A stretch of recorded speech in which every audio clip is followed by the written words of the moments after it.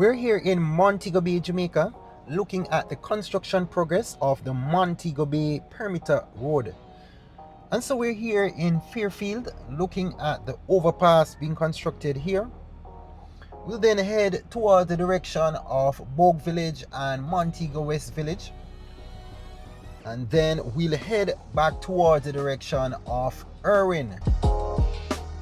So as of April 2026, the US $274 million Montego Bay Perimeter Road project is in its final stages, with the main bypass road over 80% complete and on track for an official opening in September 2026. The project includes the 15.1 kilometer perimeter road from Iron Shore going all the way to the back gate of Montego West Village there in the Bogue region.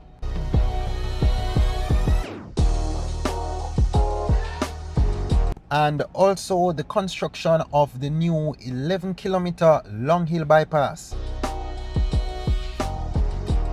So in general, this project aims to significantly reduce traffic congestion for tourists and residents, connecting the North Coast Highway to areas like Bogue and Fairfield. The project is being executed by the China Harbour Engineering Company Limited, Czech. And when completed, this project will drastically reduce congestion in the city center by creating this 15 kilometer bypass. It will spur economical development, enhance tourism, and open up new areas for housing. And also do remember, this project features Jamaica's longest bridge there in Irwin. That 180 meter long bridge is Jamaica's longest 4-lane bridge. Well, guess what?